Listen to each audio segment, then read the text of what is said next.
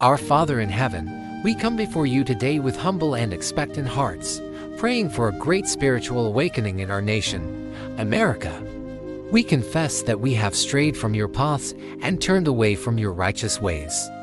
Our land has been filled with sin and corruption, and we recognize that only you can restore our hearts and set our feet back on the path of righteousness.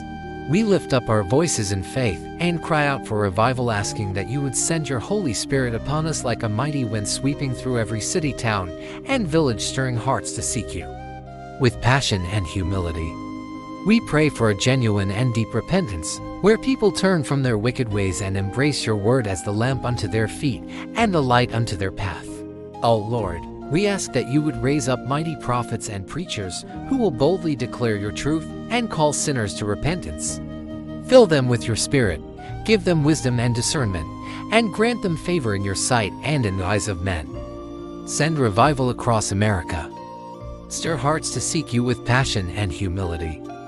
Holy Spirit, convict hearts and lead people to repentance. Let there be a hunger for righteousness and truth, and may your kingdom come, and your will be done on earth as it is in heaven.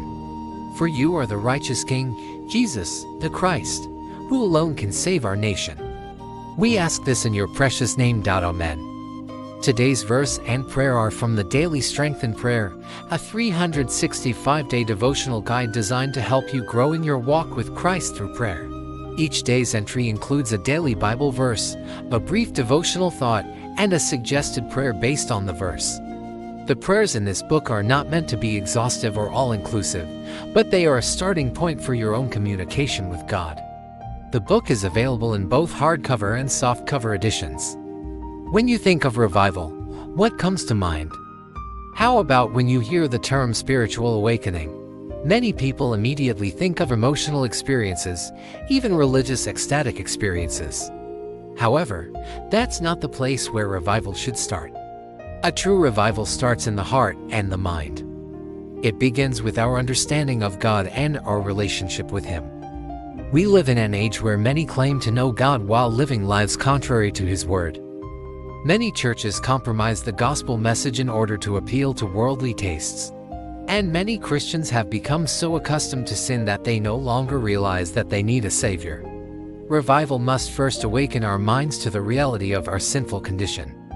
We must wake up to the fact that we're sinners in desperate need of a Savior. Only then can we begin to experience true repentance and faith. The first step in experiencing revival is therefore to wake up to our sin. Notice how the author of Hebrews says in chapter 6 verses 4-6. For it is impossible for those who were once enlightened and have tasted the heavenly gift, and have been made partakers of the Holy Spirit, and have tasted the good word of God, and the powers of the age to come, if they fall away, to restore them again to repentance, since crucifying to themselves the Son of God and putting him to an open shame, law has no more savor at such a feast, but only as the body without honor and dishonor, having its hope cut off. It is a fearful thing to fall away.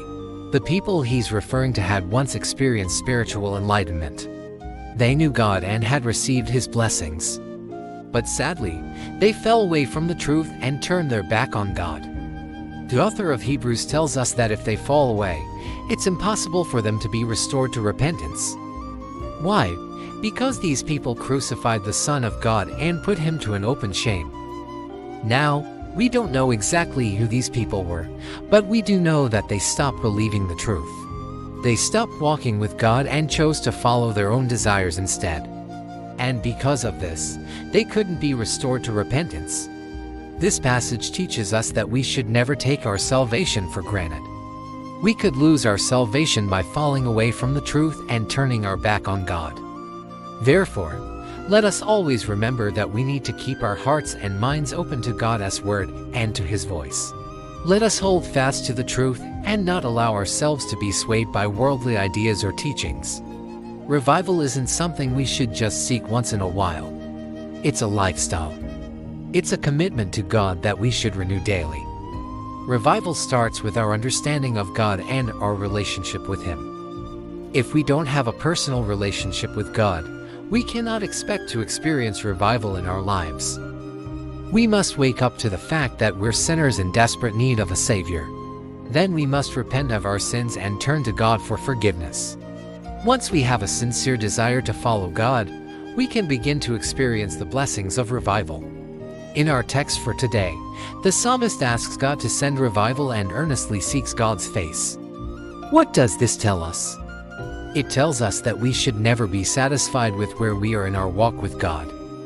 We should always strive to grow in our knowledge and love of Him. Many times we can become complacent in our faith and stop seeking God as we once did. We may stop praying as fervently, reading His Word less, and attending church services less frequently. But if we want to experience revival, we must never become complacent. We must keep seeking God, even if we feel like He's not listening. We must keep our hearts and minds open to God's voice, even if we don't hear anything. So how should we pray for revival? First, we should pray for ourselves. We must pray for our own hearts to be awakened to our sin and our need for God. We must ask God to help us wake up and realize that we can't save ourselves. Second, we should pray for the church. We should pray that God would pour out His Spirit on His people and that they would be revived and renewed in their faith. We should also pray that the church would become more bold in sharing the gospel message. And third, we should pray for our leaders. We should pray that God would give them wisdom and discernment as they make important decisions that affect our nation. We should also pray that our leaders would be men and women of integrity who seek God and put His principles into practice. As you pray for revival, remember that it won't happen overnight. Revival is a process that takes time.